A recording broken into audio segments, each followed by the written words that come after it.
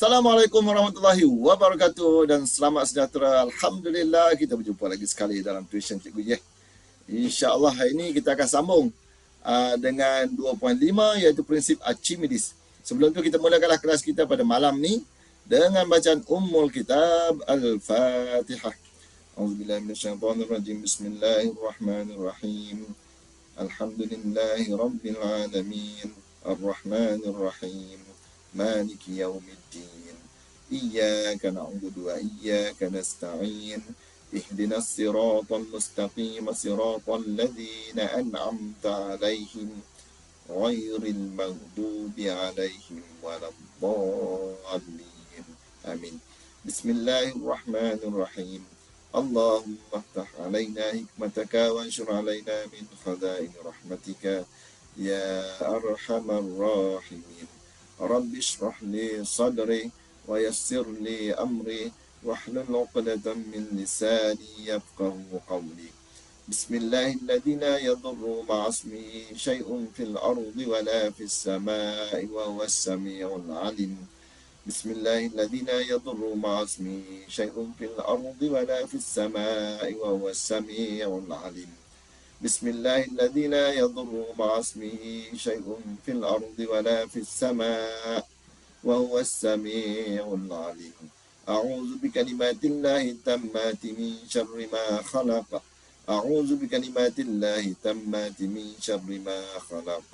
أعوذ بكلمات الله التامات من شر ما خلق. وصلى الله على سيدنا محمد وعلى آله وصحبه وسلم والحمد لله رب العالمين.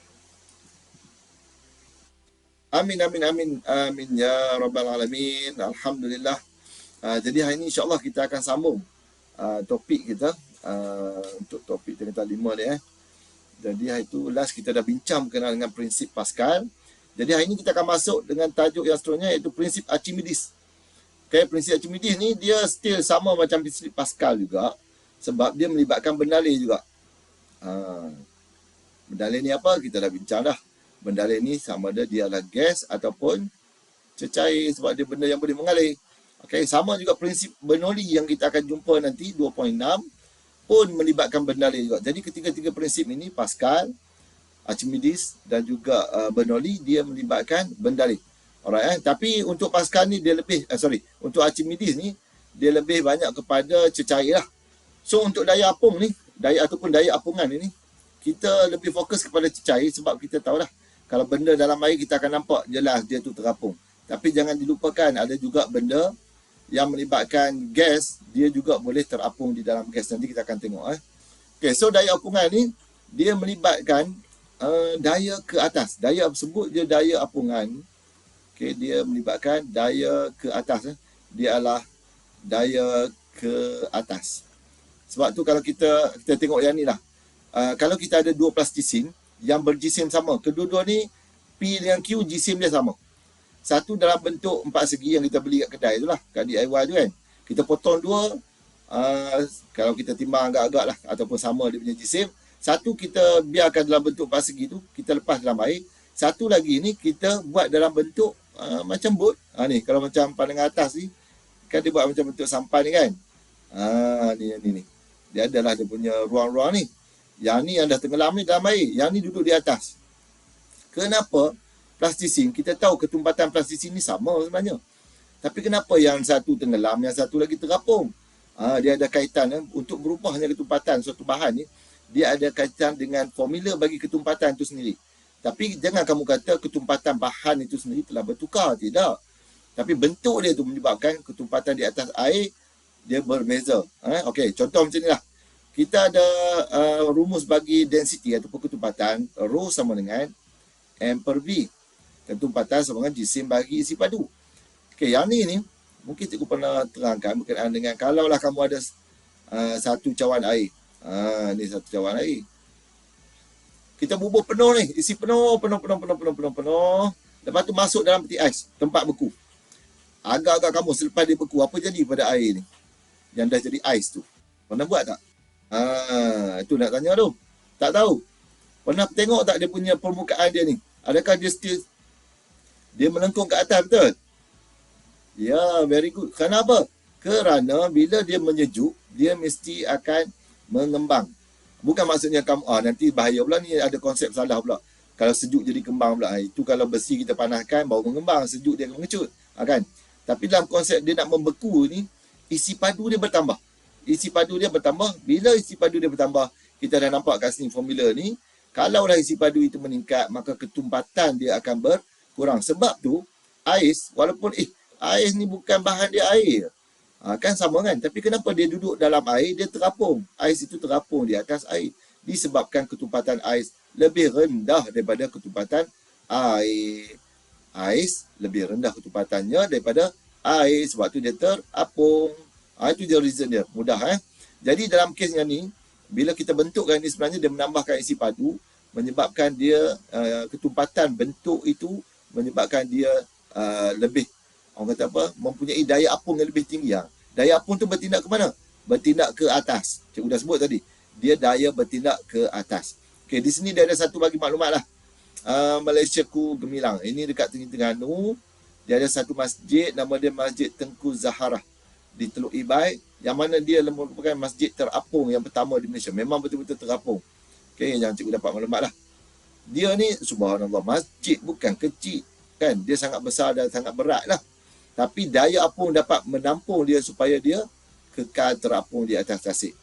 Sebab cikgu pernah pergi banyak jugalah masjid terapung ni. Contohnya macam dekat Melaka tu, Masjid Selat Masjid Selat Melaka. Tapi dia memang ada tiang lah. Kita nampak seolah-olah terapung. Sebab dia dibina di macam di tepi pantai tu. Kan? Dia macam menganjur ke laut. Tapi dia memang ada tiang. Yang ni cikgu tak pasti. Tapi rasanya memang dia betul-betul pelantar terapung.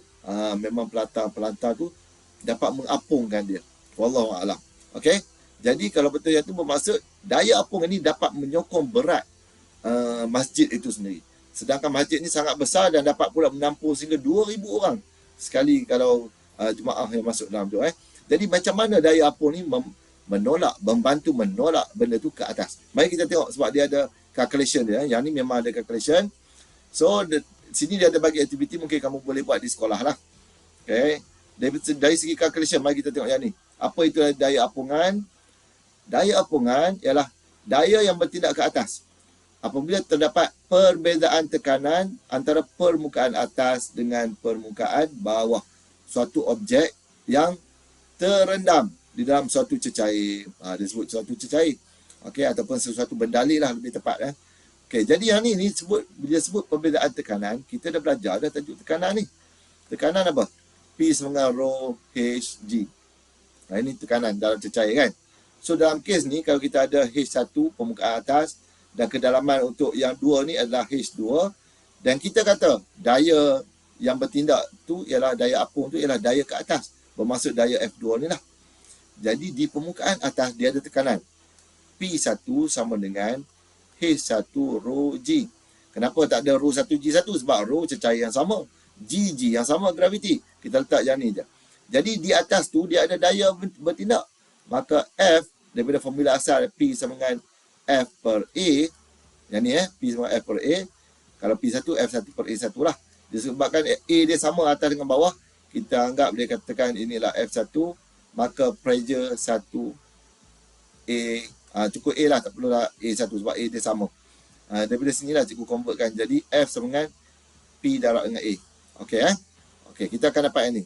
So daripada sini, maka kalau kita kata daya ini dia adalah, kita gantikan yang ni, P1 ni ke dalam yang ni.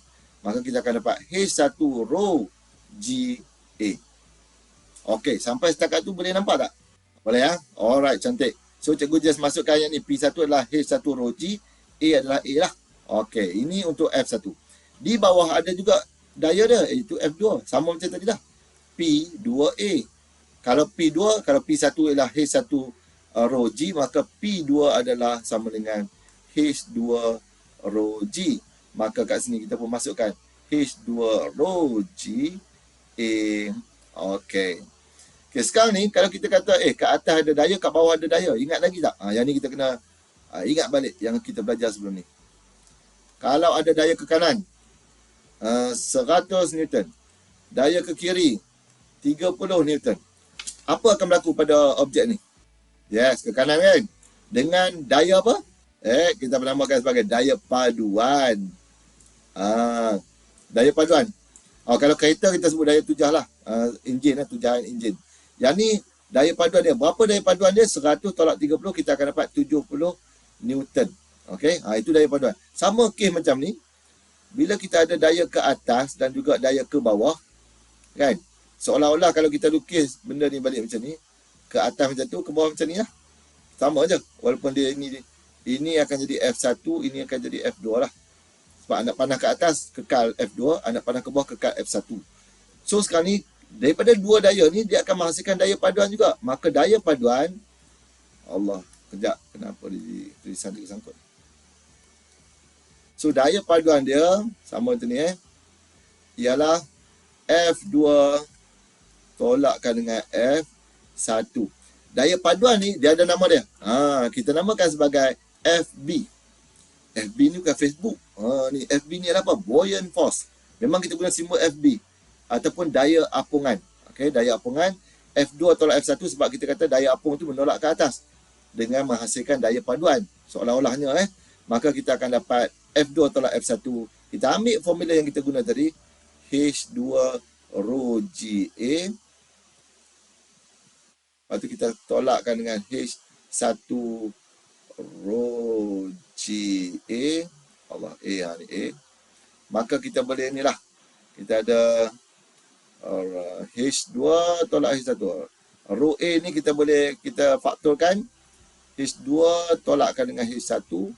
Darabkan dengan G. Okey. Yang ni pula H2 tolak H1 bersamaan dengan H. Kat sini tengok ni. Dia punya tebal dia tu ataupun ketinggian dia tu H. Maka H2 tolak H1 adalah H. Kita akan dapat rho A H G.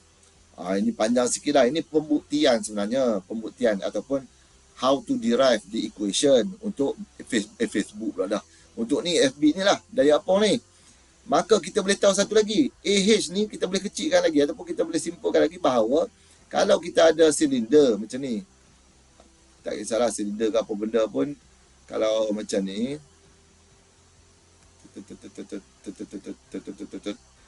Ni kan. Kita ada panjang, kita ada lebar, kita ada tinggi. Katakan kat sini tinggi dia H lah. Panjang kali lebar adalah A. Area ataupun luas. T ni adalah tinggi. Kalau area kali dengan T ataupun dalam kes ni cikgu letak H lah. AH dia sebenarnya adalah bersamaan dengan apa? Isi padu. Kerana apa? Isi padu adalah panjang kali lebar kali dengan tinggi. Dalam kes ni lah. P kali ni dah A lah. Kali T kan. Jadi kita dapat AH adalah B. Maka yang ni kita masukkan dalam formula kita. Last yang kita dapat adalah rho VG. Inilah formula final yang kita nak kaitkan dengan daya keapungan ataupun buoyant force. Sampai setakat tu boleh ikut tak? Alhamdulillah. Jadi inilah formula dia. Kalau tanya daya apung, apa formula? Rho VG. Tapi sebenarnya, ada lagi. Ada lagi. Tapi selepas kita buat eksperimen nanti kita akan keluarkan dia punya formula yang lain. Dia ada dua lagi formula yang mana ini level universiti tau. Maksudnya kalau kamu boleh derive ni ke power lah. Tapi buat masa sekarang ni cikgu tak jumpa lagi soalan yang berkaitan dengan derive apa? Menerbitkan formula. So mungkin level SPM mungkin sekadar menggunakan dulu lah. Maksudnya kalau kamu tahu formula just guna dulu. Guna dulu. Okay, tak apa. Mari kita tengok yang seterusnya. So yang ni cikgu dah tunjukkan dia punya derivation dia, macam mana kita nak derive formula itu. Kat sini ada maklumat ni, galeri maklumat ni. Dia cakap apa ni? Bendalai terdiri daripada cecair dan gas, cikgu dah sebut tadi. Lazimnya prinsip Archimedes diaplikasikan kepada cecair kerana cecair mempunyai ketumpatan yang lebih tinggi daripada gas. Namun prinsip Archimedes perlu diaplikasikan kepada gas. Dalam keadaan magnitud, daya apungan tidak boleh diabaikan. Contohnya adalah balon udara panas. Nanti kita akan jumpa lah. Balon udara panas pun dia mengaplikasikan daya apungan ini. Sebab apa? Menurut prinsip Archimedes lah. Kita akan jumpa nanti apa itu prinsip Archimedes sendiri. Okay, mari kita tengok kat bawah ni. Okay, di sini dia dah sebut satu lagi. Prinsip Archimedes. Apa itu prinsip Archimedes? Oh, kejap kat sini dia dah bagi dah formula yang lain tu. Cikgu kena terangkan terus lah sebab dia dah tulis kat sini. Okey, kat sini dia kata, selain daripada formula yang kita ada tadi, berdasarkan eksperimen nanti kita akan dapati bahawa daya apung ni sebenarnya adalah sama dengan berat. Berat apa? Yang ni kamu kena take note lah. Berat bendalih yang disesarkan. Dah apa benda pula berat bendalih disesarkan ni? Disesarkan tu apa? Kamu dah buat dah eksperimen. Masa tingkatan 1 ke 2, cikgu tak ingat lah. Kalau kamu ingat lagi eksperimen ni. Eksperimen ni burung gagak pun pandai buat. Ni air. Katakanlah 10 cm padu. Kita jangan guna cm padu kalau ni. Kalau kita pakai measuring cylinder ni, kita pakai ml lah. Kan? 10 ml. Kamu ambil satu guli, masuk dalam ni. Masuk je guli dah duduk kat sini, air naik kat sini. Katakanlah kat sini lah 12 ml. Berapa isi padu guli tu? Berapa isi padu guli? 10 ml naik jadi 12. 2 ml bermaksud 12 tolak 10. 2 ml ni ataupun 2 cm padu ini sebenarnya adalah isi padu bagi guli tersebut. Kenapa? Isi padu guli masuk, air dia akan disesarkan. Contoh kataan mudah kita kata ditolak naik lah. Kan? Dia naik sebanyak 2 ml itu ataupun 2 cm padu itu adalah isi padu bagi guli. Dia menggantikan tempat, dia ambil tempat, air ternaik ke atas. Yang ni yang kita namakan sebagai water displacement method ataupun kaedah sesaran air. Pernah dengar kan? Cantik. Ingat balik masa kau belajar sekolah menengah rendah ke ataupun sekolah rendah, cikgu tak pastilah. Okay, yang penting, yang ni juga sama juga macam ni. Kesian kat dia nak minum air tak boleh. Siapa dia? Gagak. Kan gagak ni, dia jumpa air. Tapi air di bawah ni. Dah macam mana nak minum? Mulut dia macam ni. Tak boleh tak masuk. Apa dia buat? Dia pergi kutip batu. Very good, very good. Maksud dia gagak ni belajar juga fizik. Kan? Dia pergi kutip batu ni. Masuk batu. Satu. Masuk batu air naik. Masuk batu air naik. Naik. Sampailah dia boleh minum air tersebut. Ni dia. Okey, nampak kan? Dia marah ni. Kita sebut gagak belajar fizik marah tu. Okey, katakan gagak ni masukkan batu. Batu masuk, air akan naik. Batu. Sebenarnya isi padu batu tu telah menolak atau mensesarkan air untuk naik ke atas. Naik sampailah dia boleh minum. Kaedah ni juga dikenali sebagai kaedah sesaran air lah. Okay, jadi dia kata apa? Okay, FB ni ataupun buoyant force sama dengan berat bendalih yang disesarkan. Berat kita tahu formula dia adalah mg. Kan? mg. FB sama dengan, maka kita boleh sebutlah FB pun sama dengan mg juga. Cikgu kata ada dua formula lagi kan? Iaitu yang ni lah. FB sama dengan W, FB sama dengan mg. Yang ni kalau kita nak convert balik kepada formula yang tadi tu, dia tak lari sebenarnya. Mari kita tengok macam mana. Iaitu kita ambil lah formula rho sama dengan M per V tadi. Maka kalau kita nak tinggalkan M, kita akan dapat rho V. Sekarang ni M, katakanlah ini 1, ini 2. Sekarang ni kita kata 2 in 1. 2 ni masuk dalam 1, maka kita akan dapat M, kita akan tinggalkan rho V. Astagfirullahaladzim. Okay. Rho V G. Dapat balik tak formula tadi? Yes. Jadi memang betul lah formula tu. M ni adalah rho V, G adalah G lah kan. So kita akan dapat FB tu sebenarnya adalah rho V G. Sama ada kita buktikan melalui perbezaan tekanan atau kita buktikan bahawa dia adalah sebenarnya adalah berat bendalih yang disesarkan, sama dia punya formula. Jadi ketiga-tiga formula ini kita boleh gunakan bila mana kita nak tentukan daya apungan itu sendiri. Okay, boleh dapat? Cantik. Okay. So sekarang ni sebab tu dia sebut daya apungan adalah sama dengan berat bendalih yang disesarkan, iaitu FB sama dengan rho VG. Dan prinsip Archimedes menyatakan apa? Ini Pakcik Archimedes ni. Dia menyatakan bahawa objek yang terendam sebahagian atau sepenuhnya di dalam satu bendalih mengalami daya apungan yang sama dengan berat bendalih yang disesarkan. Yang ni jap lagi kita tengok eksperimen. Okey, kita pergi kepada eksperimen tu. Sebenarnya Pakcik Archimedes ni dia ada kisah dia lah. Nanti kamu boleh cari dalam YouTube. Yang mana dia, cikgu bagi dia punya teaser sikit. Teaser. Ni dia ada bathtub. Ni Pak Cik Cimedis. Pak Cik Cimedis ni duk tengah pening sebab dia ni adalah pemikir negara. Raja suruh dia fikirkan tentang, kalau tak salah cikgu, tentang macam mana nak tentukan ketulinan mahkota ni, mahkota nak emas. Dia dah bagi dah emas seketul kepada tukang emas nak buat mahkota kan. Yang ni kamu kena cari balik, cikgu pun tak apa ingat secara jelas dia punya kisah tu. Lepas tu dia duk tengah fikir-fikir ni, dia juga nak tahu tentang ketupatan. Dia mandi, nak mandi, dia isi penuh air. Bila dia masuk, air melimpah keluar. Soalnya keluar habis. Air, dia kata kenapa? Kalau kita tak kisah, kita mandi je terus. Dia masuk, air keluar. Air, kenapa ni? Dia keluar balik. Bila keluar balik, air dah tinggal separuh. Ataupun keluar lah banyak kan. Lepas tu dia isi lagi penuh. Penuh. Dia masuk, keluar lagi. Air lain macam dia juga. Kan? Lepas tu kali ketiga dia buat yang tu juga. Dia masuk, air keluar lagi sekali. Lepas tu dia keluar, dia sebut Eureka. Kan? Dia kata, cikgu pun tak ingat apa maksud Eureka ni. Lepas tu dia terus berlari ke istana. Kalau tak salah macam itulah cerita dia. Dalam keadaan macam ni lah, dia pakai baju mandi ke apa semua, dia lari ke sana, cikgu pun tak pasti. Dan dia ceritakan apa yang dia dapat tu. Dan dia kata apa? Dia kata kalau isi padu yang masuk dalam ni, contohlah isi padu badan dia, katakanlah 100 cm padu.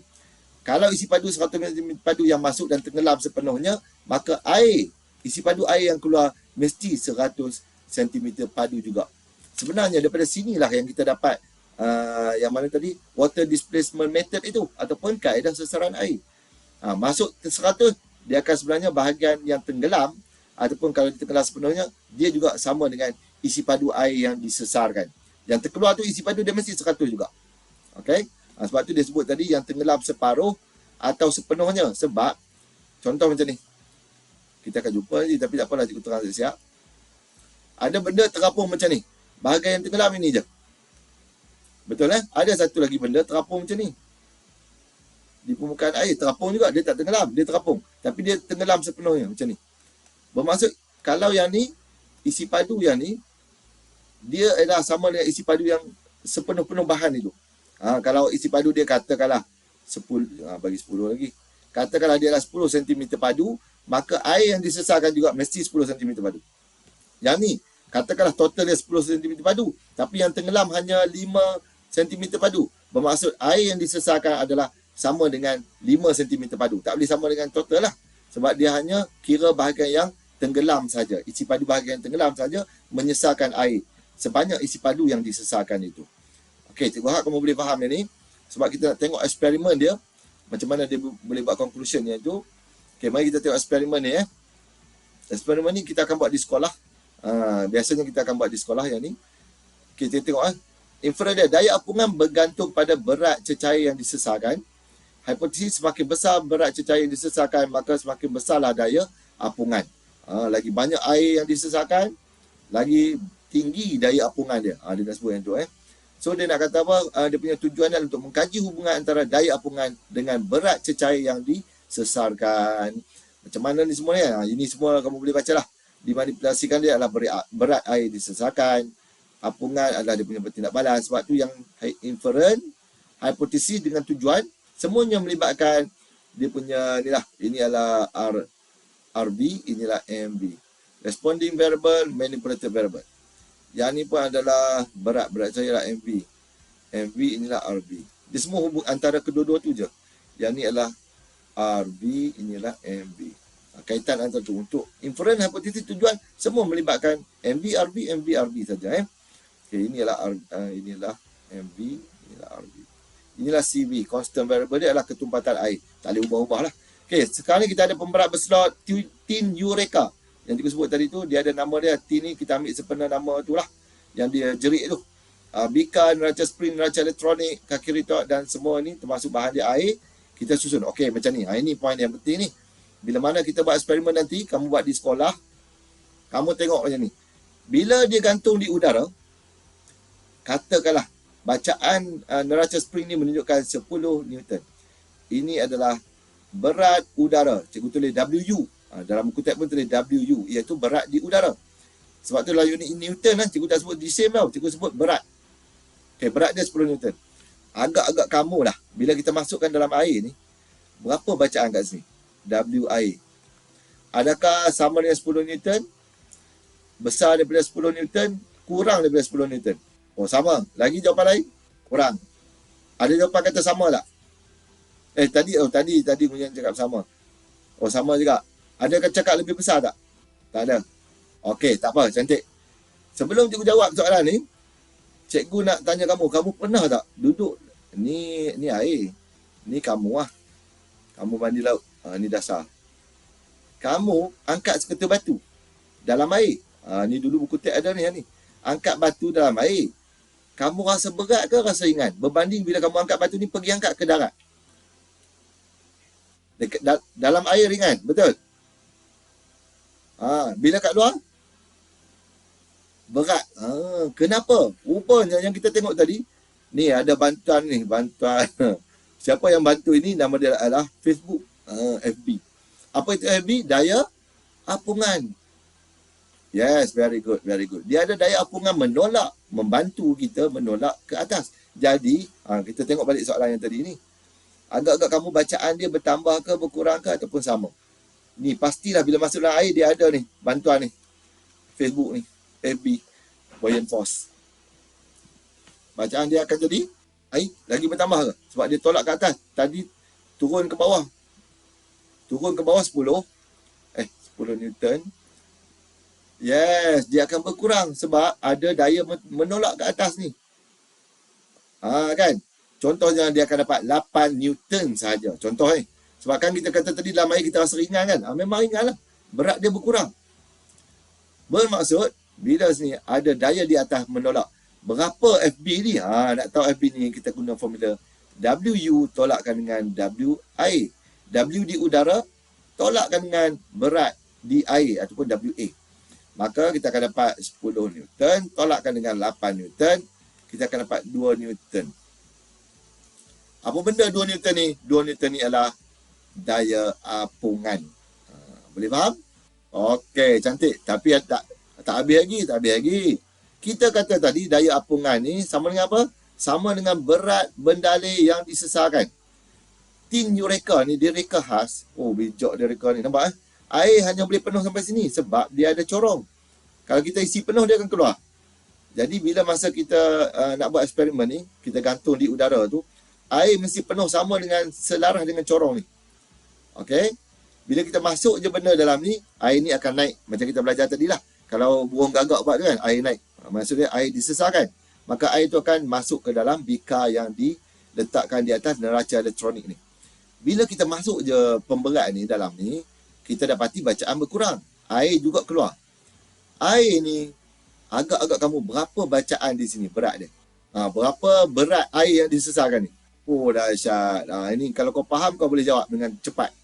Sebab apa 2 Newton? Sebab kita sebut daya apungan sama dengan berat bendalai yang disesarkan. Yes, itu poin dia. Berat bendalai yang disesarkan sama dengan sama dengan daya apungan. Boleh dapat? Cantik. Okay, very good. So, itulah maksud dia. Cumanya kalau kita nak tanya isi padu pula. Berapa isi padu air ni? Katakanlah isi padu bongkah ni adalah 0.1 cm padu. Contohlah, cikgu pun tak tahu kan berapa kan. Agak-agak berapa isi padu air yang keluar ni? Sama, dahsyat. Tu kita boleh buat dua kesimpulan kat sini. Yes. Sebab dia dah sesarkan sebanyak mana isi padu dia. Yang pertama kita boleh buat sebab apa tau? Kita boleh buat kesimpulan bahawa isi padu air yang disesarkan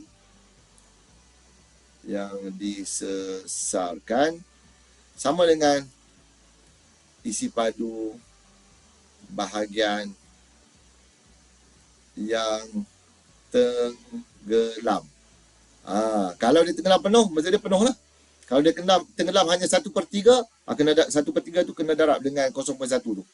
Okey? Maksudnya isi padu air yang disesarkan itu sama dengan isi padu bahagian yang tenggelam. Kalau tenggelam sepenuhnya, tak ada masalah. Kita terus ambil tunjuk. Sebab yang ni ditunjuk memang tenggelam sepenuhnya. Yang poin yang kedua adalah yang tadi. Daya apungan adalah sama dengan berat bendalai yang disesarkan. Okey. Itu maksud dia. Okay, boleh dapat tak daripada sini? Okey, alright. Cantik. Kalau dah dapat, mari kita tengok yang seterusnya. Yang ni dia kata hitungkan berat air yang disesarkan, WS ni lah. Jadi kita akan dapat dengan nilai yang sama sebenarnya. Yang ni kamu akan buat di sekolah lah. Yang ni sebabkan masa kita pun tak apa panjang. Kalau cikgu nak terangkan secara keseluruhan ni, sebab dia sebut kat sini 1 kilogram anggapkan 10 Newton. Kalau 1 kilogram sama dengan 10 Newton, bermaksud kalau kat sini dia bagi 100 gram, 100 gram adalah 0.1 kilogram. Sama dengan 1 Newton je lah. Kan? So yang ni berat di udara 1.0 Newton.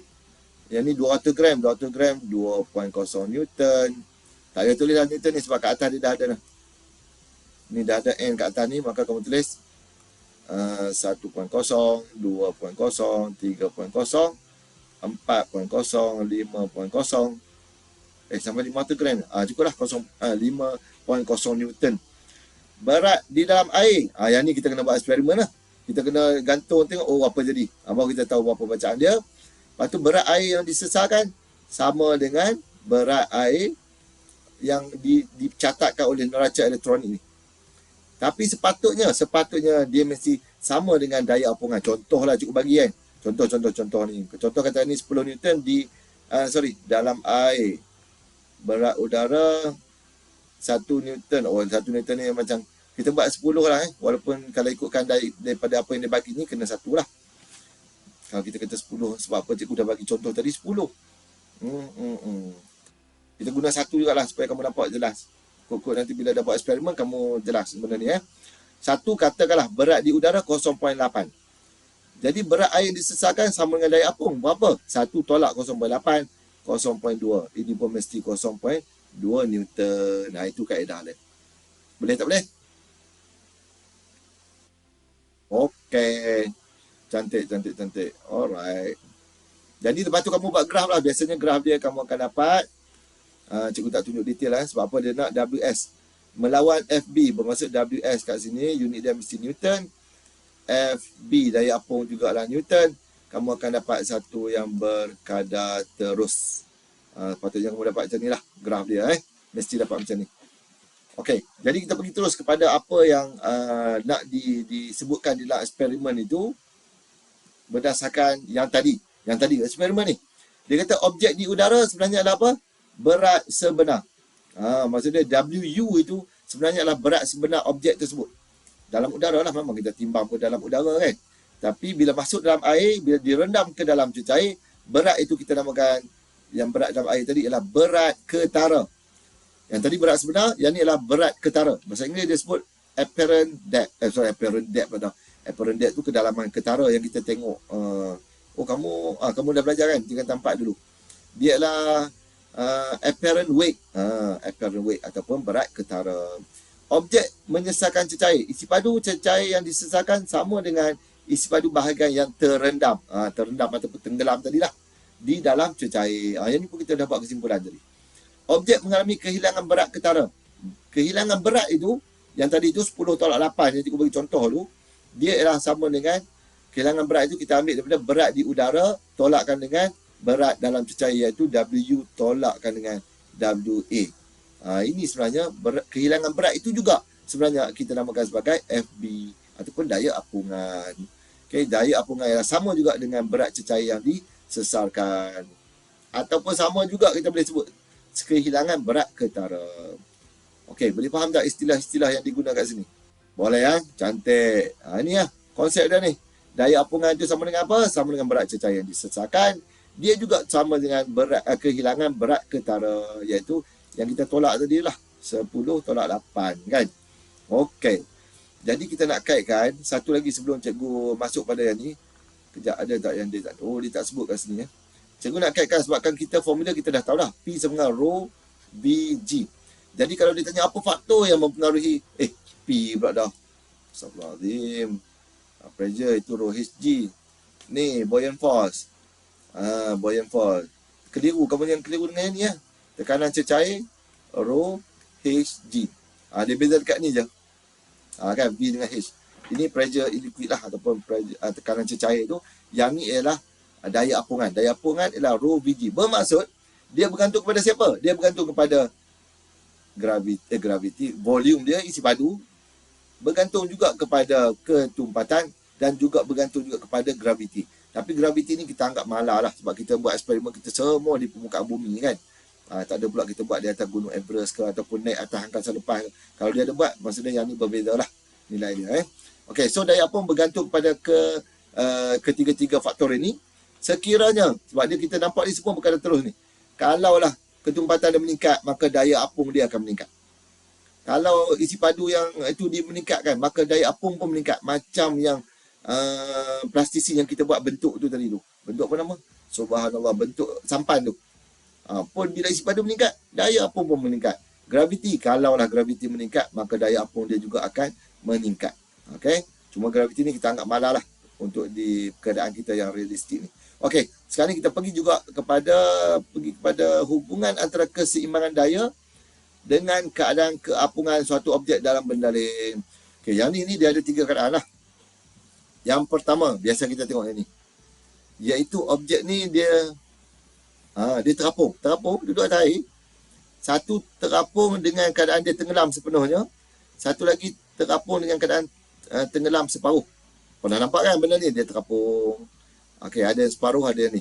Jadi pada waktu ni, keadaan yang pertama ini, daya apungan sama dengan berat dia. Berat objek tu sama dengan. Sebab apa?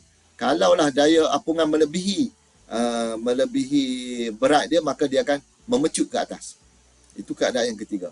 Okey, pada waktu ni dia daya dalam keseimbangan. Ni pun kena ingat balik ni. Kalau yang kita buat yang kotak-kotak ni, kalau sini 100, sini 100, cikgu tulis apa tadi kat sini? F sama dengan W, FB lah. Kan? Bermaksud pada waktu ini, sama macam kita pernah buat yang untuk daya ni, kalau kiri dengan kanan sama, 1 Newton, 100 Newton, bermaksud dia dalam keseimbangan. Keseimbangan ada 2 keadaan, sama ada dia pegun ataupun bergerak dengan hal laju seragam. Ingat lagi kan masa daya tu. Jadi ini pun melibatkan konsep daya juga. Sebab tu dia panggil berat. Berat tu dah daya. Dan juga daya ke atas keapungan. Daya juga. So konsep yang sama. So FB sama dengan W, pada waktu ini daya berada dalam keseimbangan. Daya dalam keseimbangan. Okey, itu maksud dia. So sekarang ni kalau kamu tengok, dia kata daya paduan dia ada tak? Tak ada daya paduan lah. Sebab dia sama. Kalau 1000 ke atas, 1000 ke bawah. Sama kan? So keseimbangan daya tercapai. Dan last sekali bawah dia adalah apa? Objek terapung pegun. Okey, dia terapung pegun. Macam kita sebut tadi lah. Kalau keseimbangan tu sama ada pegun ataupun bergerak dengan hal laju seragam. Yang ni dia nak bergerak ke laju ke mana? Dia tak bergerak lah. Kalau bergerak kiri kanan, tak ada masalah. Kan? Okey, so ini keadaan yang pertama. Keadaan yang kedua, dia turun dengan pecutan. Turun tu apa maksud? Tenggelam lah kan? Contoh kita baling batu, belum, dia tenggelam. Masa dia tenggelam itu bermaksud, yang kedua ni, yang pertama. Yang kedua ni, pada waktu itu, daya apung dia rendah daripada W. Bermaksud berat melebihi daya apung. Ataupun kamu nak tulis macam ni pun boleh lah. W melebihi daya apung. Sebab dia berat melebihi, maka dia akan turun ke bawah. Seimbang daya ni, daya dia. Siapa lebih besar? Yes, berat lebih besar daripada daya apungan, menyebabkan dia turun ke bawah. Dia hala ke arah berat lah. Berat menghala ke pusat bumi. Kan? Maka ada daya paduan ke bawah. Bila ada daya paduan, maka objek ni akan memecut. Pecutan dia ke bawah. Sebab apa? Ada daya bersih. Ataupun ada daya paduan ni. Maka dia memecut ke bawah. Inilah keadaan dia. Bila dia tenggelam, sebab tu dia ada pecutan ke bawah. Sebab berat melebihi daya apung. Kedudukan yang ketiga. Kedudukan yang tiga ni macam mana? Dia duduk bawah, tiba-tiba dia naik ke atas. Contoh macam ni lah. Contoh. Senang, kita ada satu bekas air. Kita letak. Dalam ni kita letak gabus. Tapi gabus ni nak letak dia, kita kena tekan dulu. Sebab apa? Kalau kita letak memang dia tak akan duduk bawah. Kita tekan, maksudnya kita bagi daya, tekan dia. Lepas tu kita alihkan daya tu, maksudnya tangan kita alihkan. Apa jadi pada gabus ni? Dia akan naik ke atas. Betul tak betul? Sebab ketumpatannya rendah daripada air. Ini ketumpatan tinggi lah. Yang gabus ni pula ketumpatan dia rendah. Bila rendah dia akan naik ke atas lah. Kan macam kita isi air dengan minyak duduk atas. So bila dia naik pada waktu ini, FB dia lebih besar daripada W ataupun W kurang daripada FB. Dia punya daya apung melebihi berat dia, maka dia akan memecut ke atas. So ada daya paduan ke atas. Maksudnya dia punya daya apungan tu lebih tinggi lah. Besar kan? Maka pecutan ke atas lah. Memecut ke atas. Alright. Boleh faham tak ketiga-tiga situasi ni? Okey. Alhamdulillah. Jadi itulah yang dia nak sebutkan semua ni, daya paduan bertindak ke mana. Bermaksud kalau dia ada daya paduan, bermaksud dia bukan dalam keseimbangan. Bermaksud dia tidak di dalam keseimbangan. Sebab tu dia sebut tiada keseimbangan daya. Okey, sebab akan ada daya paduan.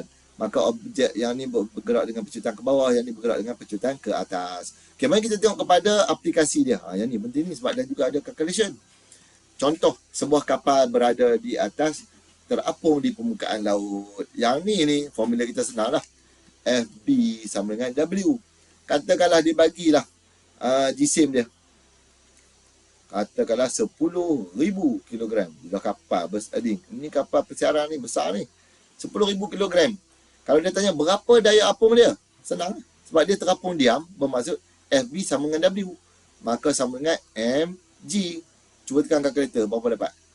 10,000 darabkan dengan 9.81. Kamu akan dapat? Okey kan? Betul eh? Alright. So inilah daya apung yang bertindak ke atas ni. FB dia sebanyak 98,100 Newton, sama dengan berat ke bawah. Sebab tu dia boleh terapung.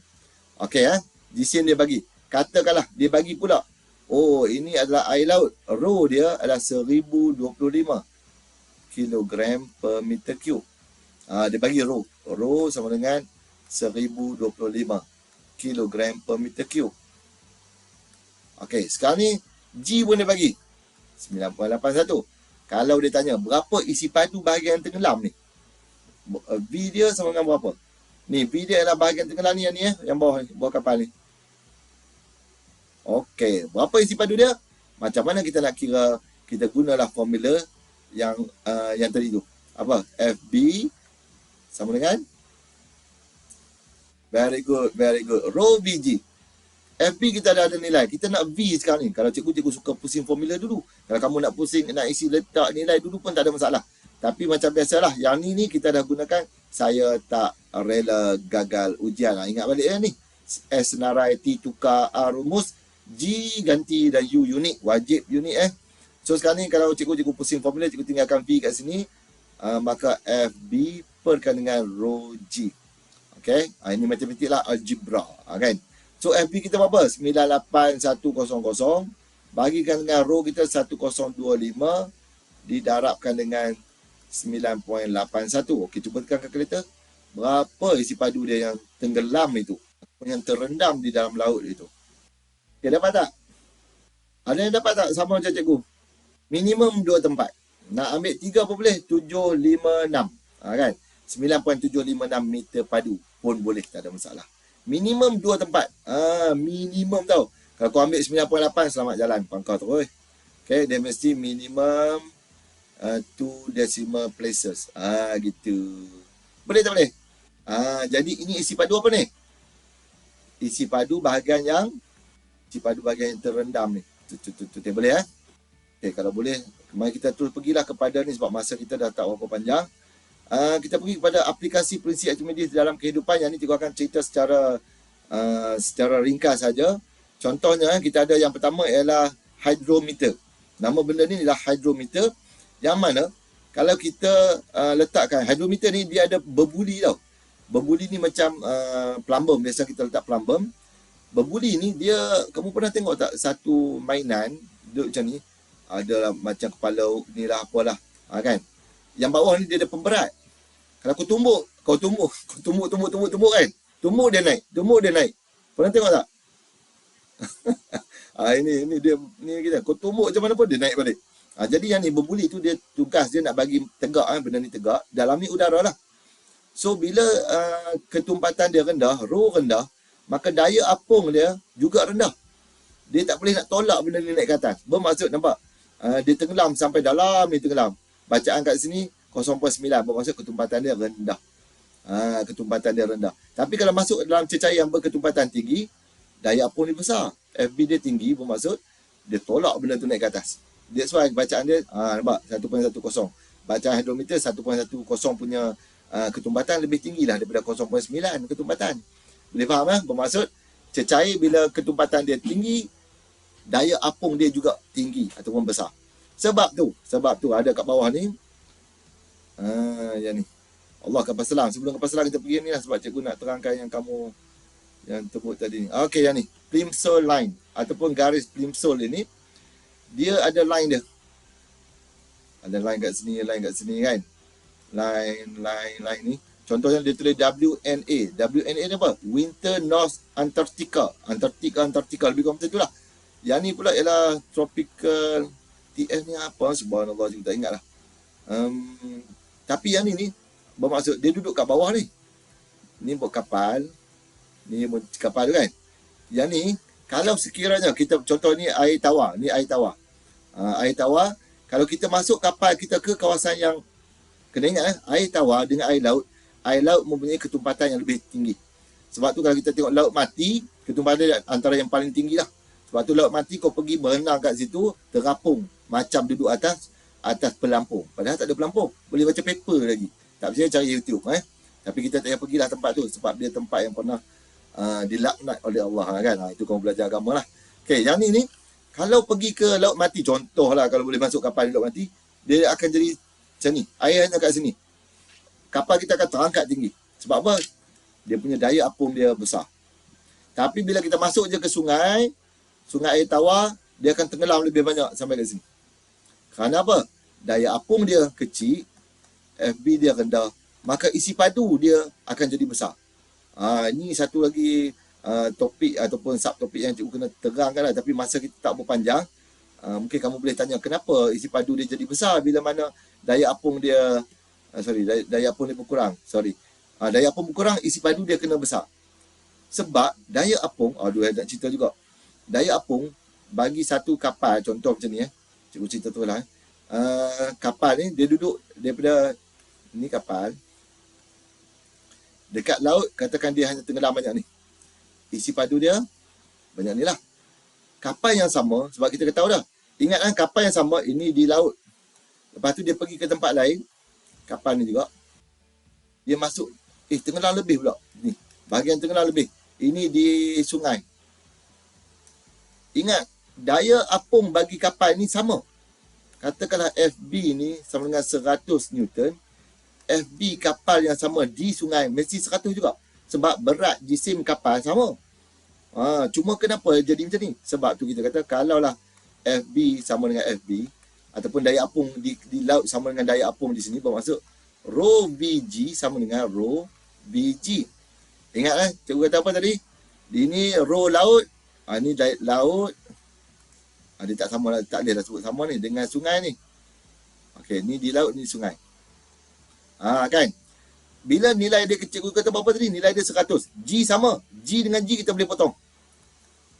Ataupun kalau kita nak potong, nak tentukan nilai yang sebenar, contohlah kita ambil G sama 10 nak mudahkan calculation ni. Kalau kita tak payah nak potong ni, kita nak tengok nilai dia. Katakan rho laut katakanlah 5. V dia akan jadi kecil 2. Akan kali dengan 10. Dapat berapa ni? Dapat tak 100? Cikgu sebut tadi 100 kan? Yang ni akan dapat 100. Yang sini pula, G dia memang 10 lah. G 10.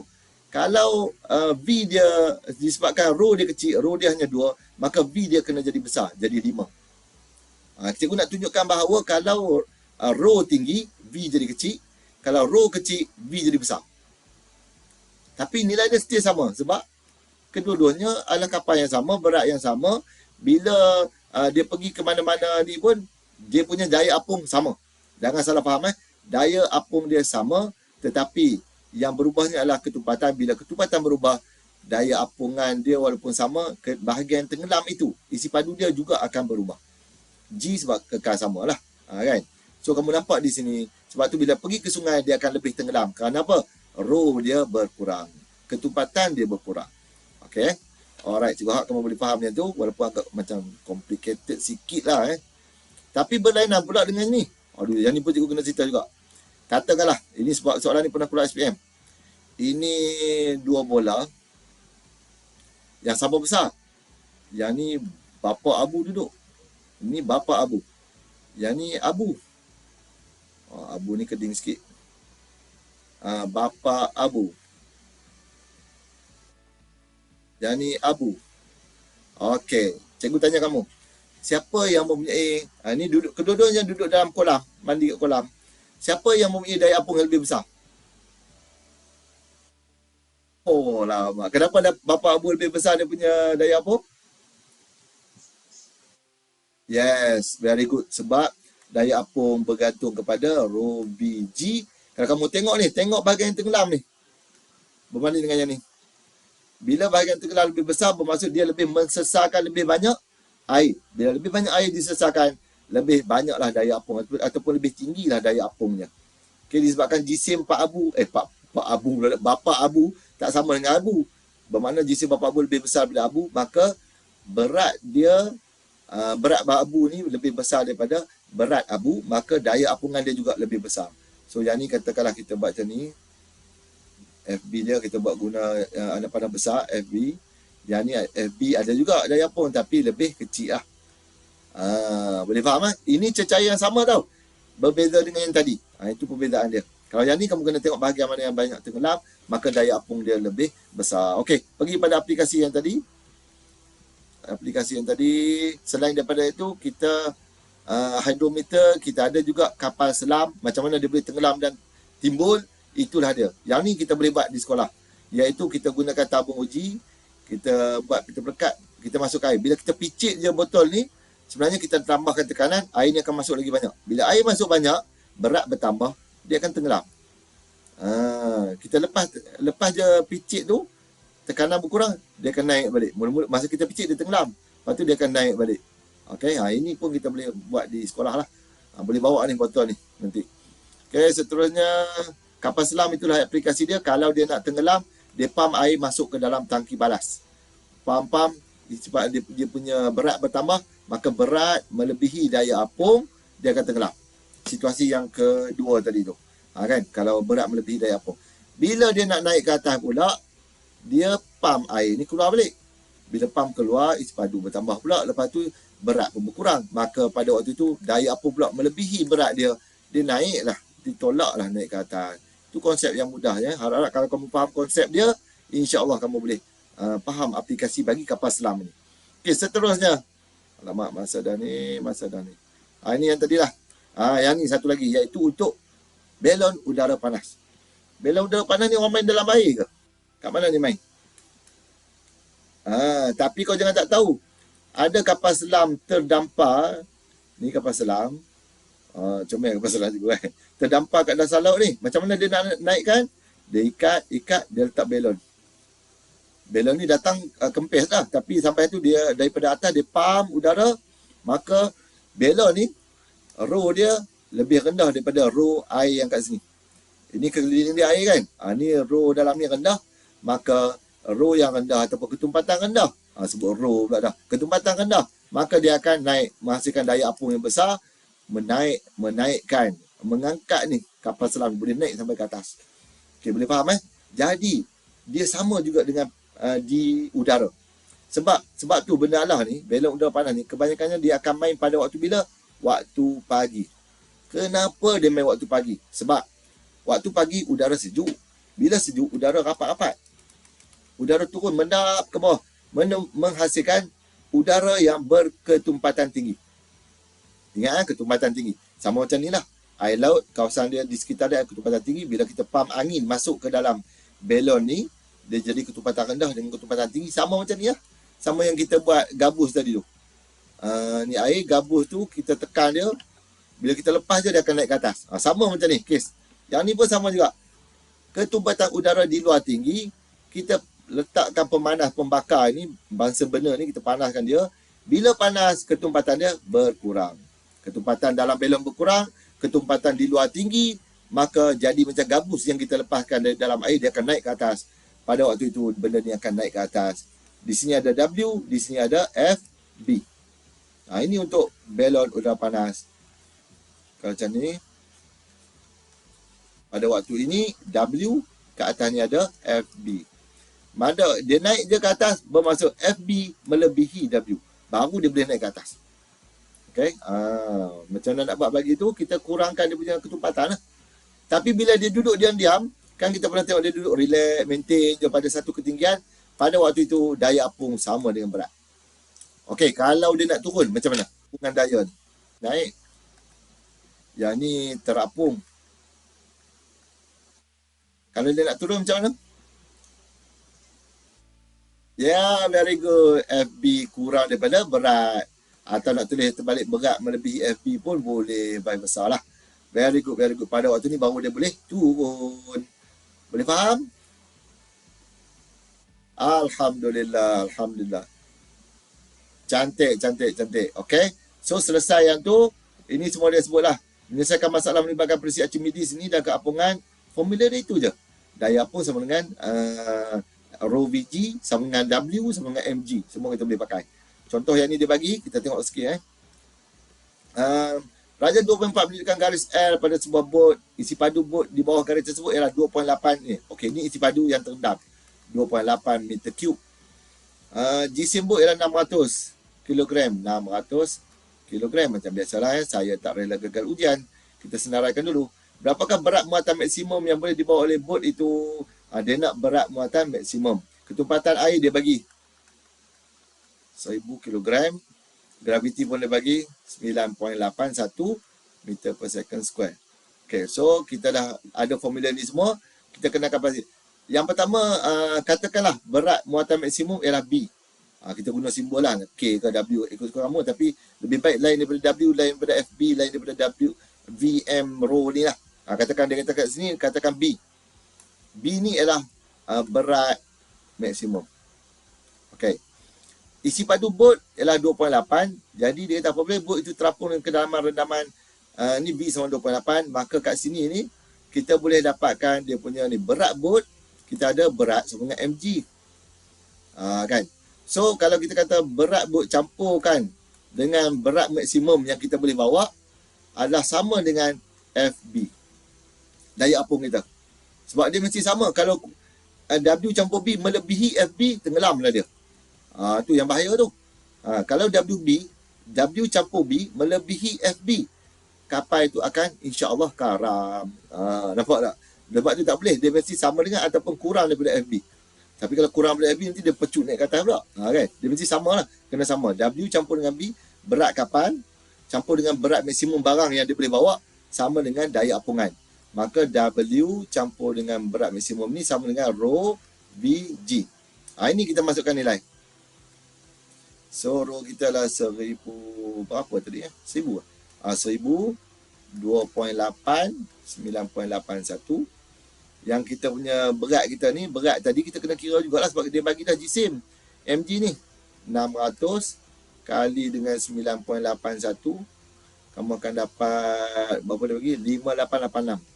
5886. Newton. Okey, kamu akan dapat yang ni. Okey, ini Newton. Tertulis unit pula dah.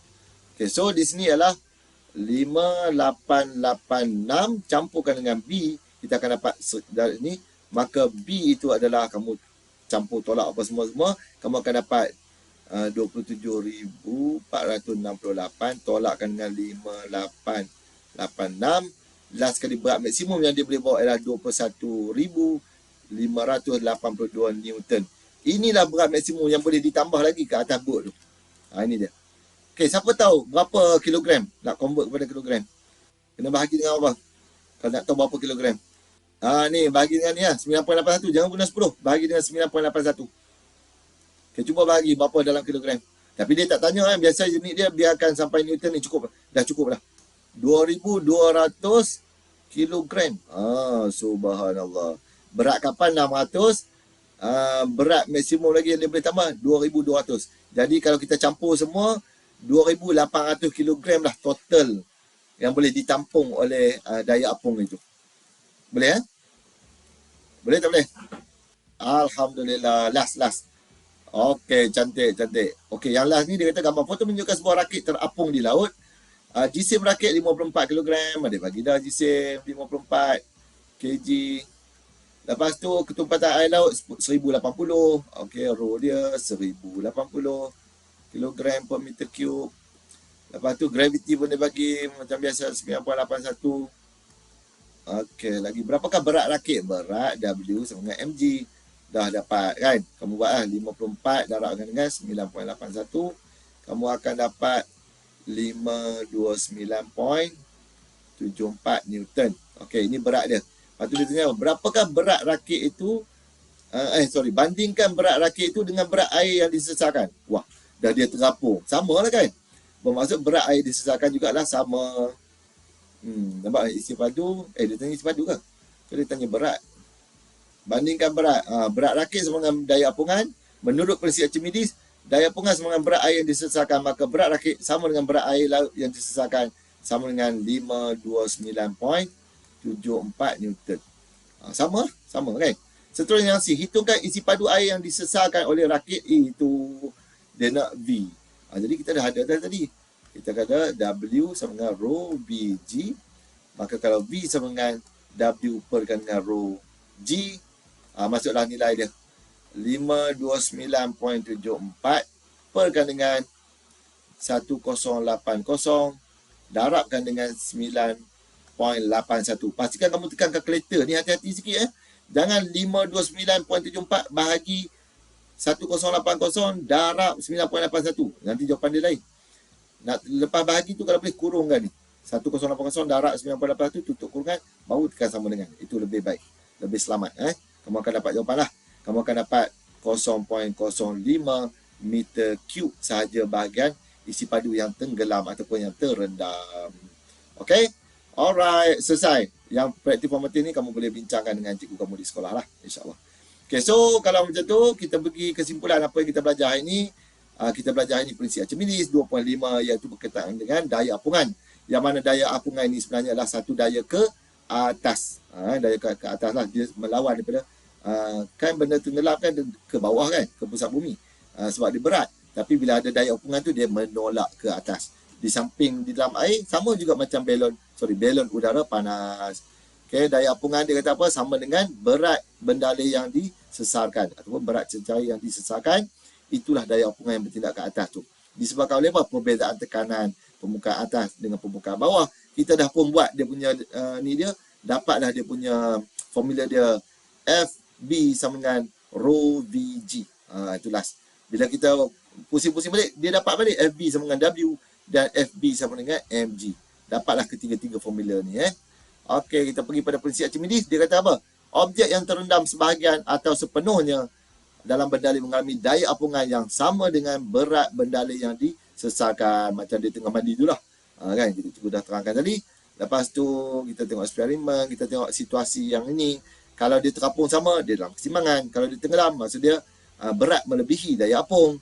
Tapi kalau dia pecut naik ke atas, maka berat kurang daripada daya apung. Ataupun daya apung melebihi berat lah. Okey, seterusnya aplikasi dia. Kita dah tengok antaranya adalah hygrometer. Kita ada juga kapal selam. Kita ada juga yang ni, apa ni, Cartesian ni. Apa nama dia tadi Subhanallah. Ni. Tenggelam, apa nama dia ni? Kapal selam Cartesian kan ni? Oh, penyelam Cartesian. Kita boleh buat di sekolah lah nanti insya-Allah. Lepas tu ni garis Plimsoll line. Penting dan juga ini kapal selam balik, balon udara panas. Ini semua mengaplikasikan daripada prinsip Archimedes. Jadi sampai situ dulu untuk hari ini. Mohon ampun dan maaf salah dan silap. Insya-Allah ada rezeki ada umur kita jumpa lagi. Assalamualaikum warahmatullahi wabarakatuh dan selamat sejahtera. Bye bye.